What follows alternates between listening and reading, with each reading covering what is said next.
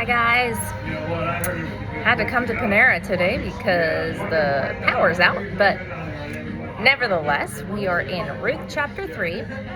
So up until this point, Ruth has been working in Boaz's fields to provide for herself and for Naomi. Boaz has been extraordinarily kind to her, along with offering her protection and provision from, men in the fields, and giving her extra food, allowing her to glean, all of these things. So he's been very kind and very respectful to her. So now in Ruth chapter 3, we find Naomi, her mother-in-law, instructing her to approach Boaz with a marriage request.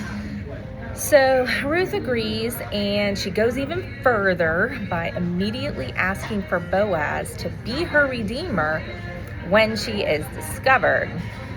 So as we look into chapter 3, we see Ruth following Naomi's instructions carefully. She waits until Boaz is done working for the day.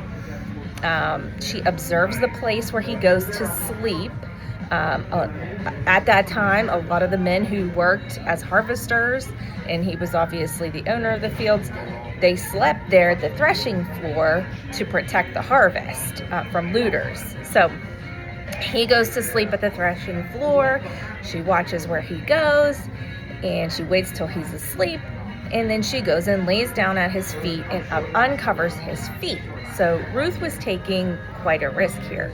She was risking her reputation, as the threshing floor was a common place where sexual immorality took place and prostitution even. So a single woman alone, she was risking being sexually assaulted, physically assaulted, and being seen as an immoral seductress or a prostitute if discovered. Okay, so still, Ruth does as she's told, and she waits until Boaz is asleep. She goes to lie down, and she uncovers his feet. Boaz awakens to Ruth lying at his feet, and he's startled. So his astonishment at this tells us that this was not a normal practice. If a woman came to that place at night to see a man, she was almost always there to initiate impropriety and improprietous behavior, likely not quietly lying at the man's feet waiting for him to wake up and discover her. So Boaz asks, "Who are you?" Right? Who are you? It's dark, right? In verse 9. And this is how Ruth replies. He said, "Who are you?" And she answered, "I am Ruth, your servant. Spread your wings over your servant, for you are a redeemer." Ruth 3:9. And again, we see her respect, her humility, calling herself his servant. But yeah, that seems like an odd thing to say to a startled man in the middle of the night, right? It wasn't, because in that time, both parties knew exactly what she was asking. Firstly, she was making clear that she was not there for casual sex. Secondly, she was boldly requesting that Boaz redeem her as his wife, as he was part of Naomi's family, which we all already knew, right? So here we see, it's really okay for a woman to make her need and desire to be married known. That shouldn't be a problem, like to bring up with a man that, you want to have a relationship with. You need to state your intention. I want to be married. I'm not here for any other reason. So can learn something there. I think we can glean something there, right? And so consider Ezekiel 16:8 though. "When I passed by you again and saw you, behold, you were at the age for love, and I spread the corner of my garment over you and covered your nakedness. I made my vow to you and entered into a covenant with you, declares the Lord God, and you became mine." Ezekiel 16:8. So here, the prophet Ezekiel is speaking about God's people Israel being his bride, right? We've seen how, Jesus calls the church his bride, right? So spreading the corner of one's garment over a woman was symbolic of entering into marital relations at that time. That was the understanding of this idiom in that culture and time period. So that said, there's certainly something to be learned here from being a woman who does not settle for casual sex, rather insists that a man consider marriage before a love relationship is consummated. So how does Boaz respond to this bold request? Boaz seems to be flattered as well as very interested in her request. He recognizes her request as great kindness, adding that she chose not to go after young men, as she clearly well could have. Ruth was likely still quite young and beautiful, while Boaz was likely much older and perhaps somewhat less attractive than the younger men that she could have drawn. So Boaz honors Ruth, and he does not take this opportunity to take any kind of advantage of her, even though he definitely could have in this vulnerable position where she placed herself. But not only that, he also agrees to redeem Ruth. However, he's not going to do so until he knows for certain that there's not any closer male relative that would want to redeem her, because according to the tradition of the Levirate law, marriage law, where you marry, your brother's widow,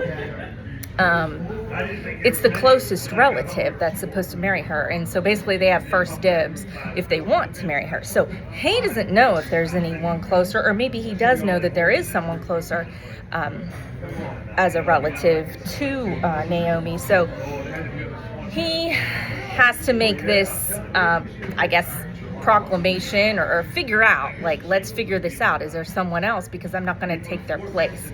So he's got to find out if there's anyone else eligible or more eligible than him. He is part of the family, though, so he would be considered able to do this. So the fact that he does this step reminds us that despite his desire for Ruth, which we can see here, he's not willing to do anything underhanded in this transaction. So again, here we have a man of honor and respect, right? He's not putting himself first. He's making sure he does things properly and goes through the proper channels before he just does things, right? Sign of a worthy man. So are we noting these things, girls? Yeah. So furthermore, Boaz instructs Ruth not to let anyone know she had been there with him at the threshing floor at night. So although no impropriety took place, there's no indication of that. Boaz sought to protect Ruth's reputation from the town gossips by concealing this encounter. And again, Boaz is showing himself to be a worthy protector and a potential mate. So take note, right? Take note, ladies. A man worth marrying will always take great pains to protect you and protect your honor. He won't be out bragging in the locker room about what happened, right? Or making things up even. Not this guy. He's like, no, we're going to keep this under wraps because people are going to think things that they shouldn't be thinking, right? So, man of honor here. He's protecting her. He's protecting her reputation. So finally, Boaz sends her back to Naomi with a large gift of 6 measures of barley, which to us, we're like, oh, he's giving her barley, that's whatever. It's not a diamond ring, but it was enough food to feed her and Naomi likely for about 3 weeks. So while he's figuring out whether there's another relative that wants to marry her and doing that honorable thing, he's also providing for her. Clearly, Ruth isn't going to have to go into the field and glean, at least for this time period, as a poor widow. Her estate's now changing by the generosity and the love of Boaz. So again, we see a generous provision of a worthy man toward his love interest. The man is not a provider.